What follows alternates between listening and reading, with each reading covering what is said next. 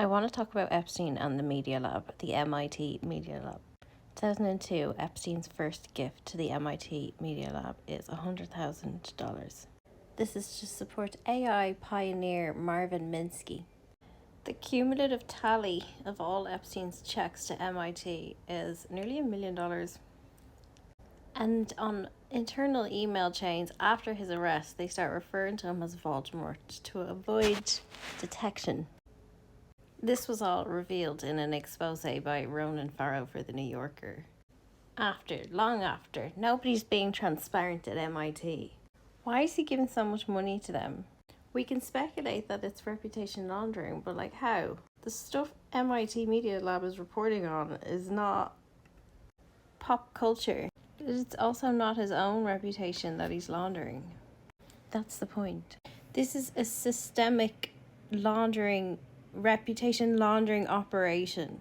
On a personal level, the core reputation that Epstein himself is trying to launder is that of a respectable member of high society. This carefully cultivated image of the intelligent financier, not the pedophile. The surges after arrest are him trying to buy his way back into the club, but the club he's long been a member of. Media Lab's work often features in TED Talks, Wired, Bass Magazine, which is pushed as editorial content at these large financial organizations. MIT's media ecosystem provided Epstein with the intellectual coverage and legitimacy and cultural shielding, because that is what it's designed to do. Researchers call this ecosystem legitimacy. The lab itself, its reputation is based on how other groups interact with it and make it feel and look trustworthy and important. There are ways of shaping how people think about and talk about their lab, like branding and media coverage.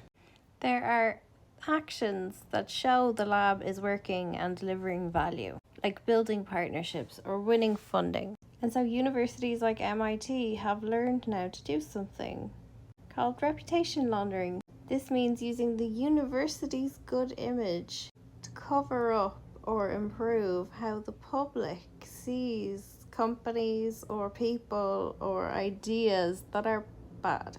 The Media Lab helps your public image just by association. What Jeffrey was paying for was the ability to go down to them in Cambridge and loudly walk around.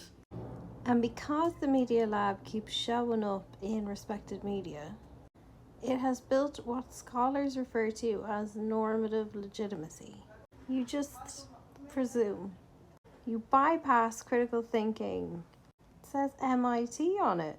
That's a sign of good values, progress, science, and future thinking, right? The MIT Media Lab is really good at something that researchers refer to as innovation narrative production.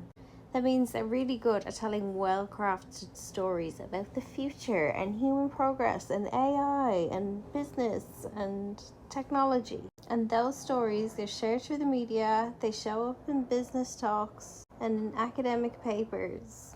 Because the institution is so legitimate, the image becomes hard to question. Even an association with someone like Epstein doesn't seem to have done them any damage. So then it can be used to attract more money and protect more reputation and support more powerful actors. It's not a research center, it's designed to produce influence.